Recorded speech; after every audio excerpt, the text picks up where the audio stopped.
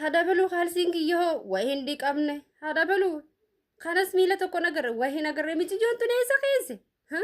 hojjetu tana wajji wal dadhabne sarratan gittiin tun kuno on dhiitu kisee dhiite miila tokkos numa darbiti bishaan hojii gannayti inni darbiti bishaan hojii gannayti dheengadda isii mana ribaa xaragee bar eessa keessa miti yoo mee maarree hootu kaalsii eessa keesse paantii eessa keesse way ajaa'iba mana ribaa sii taadha manaati malee barisii miti wannummaan hojjetuun kaalsii abbaa mana keetiitti fi paantii abbaa mana keetii gaafatamtuuf rakkoon ta'e maaliyaati. Esas dukup waya sahibatiyya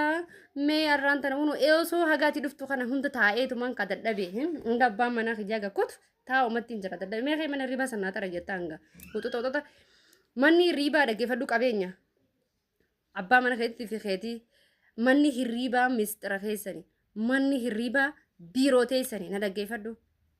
waamee qachi tol kaawwattan waamee qachi mari'attan wannumaan nama biraa ol nayituuf maali rakkoon tante na dhaggeeffadhu bareedduutiyya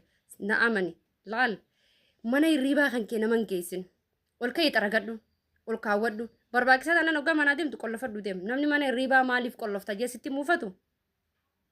hin jiru abbaan fedhee hojjettuun ta'etilleen fireedamiidhaanii mana keessa sossootii jechuudha hattuudha sin jechuu kiyyaa miti manni hirribaa biiroo kee qofa biiroo keetii fi biiroo abbaa mana keetiiti malee nama hundaatii miti wannummaan ol kaatee xaragatuu hin dandeenyeef hojjettuu xaraysiistee kaalsii eessa keesse way uffata sanoona ite uffata diqamaa san kumsaatiin keessa namni waa meeqa kaayyata an akkasitti hin beeka fakkeenyaaf biiroo teenya waan ta'eef an naman naqu atis naman naqin xaragadhu ol ka'e ol kaawwadhu dhoyfadhu qollofadhu mistira abbaa mana keetiiti mistira keetii bar waa meeqaa jira fakkeenyaaf hojjettuun tante yeroo hunda seentee xarayitii haa jennu waa wayii haajamte abbaa mana keetii kagale quban qabdu ati geetaan kaatee hin kennituu fi isaa namni mana fi keessa akka fedhe taa'uu danda'a akka fedhe ciisaa mere fallag gootetti ol seenti. Enjur rakkoo qabasii gaa ishii maal balleessiti abbaan mana keetii aaruu malee maalaa godhu na dhaggeeffadhu kan akkas dubartii baalagee jira hagana arkuu fi akkasitti arkuun takkaa miti naa himi yoo barbaadde kanaaf lafaa ka'e mana kee xaragadhu kaalsii abbaa mana keetii wannummaan isii miiccisiistuuf hin jirtu lafaa ka'e miicii fi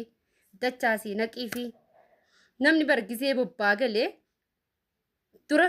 ol seenee eessatti afura baafata manyitaa keessa ol seenee uffata qayyaratee dadhabbii baafatee sitti achi bahee maal sii kana jettee ni jala seentee wanni barbaadu gaafattee zaayinas bee qopheessitee eeyitaa jechuudha waan dhugamu haa ta'u waan nyaatamu haa ta'u kan duraan qopheessitee malee daballiidhaan maal sii kana abbaa mana kiyyaa dadhabbiin akkam oolmaan akkam maashaallah arraan tana bar siyaadeetiin jira turtee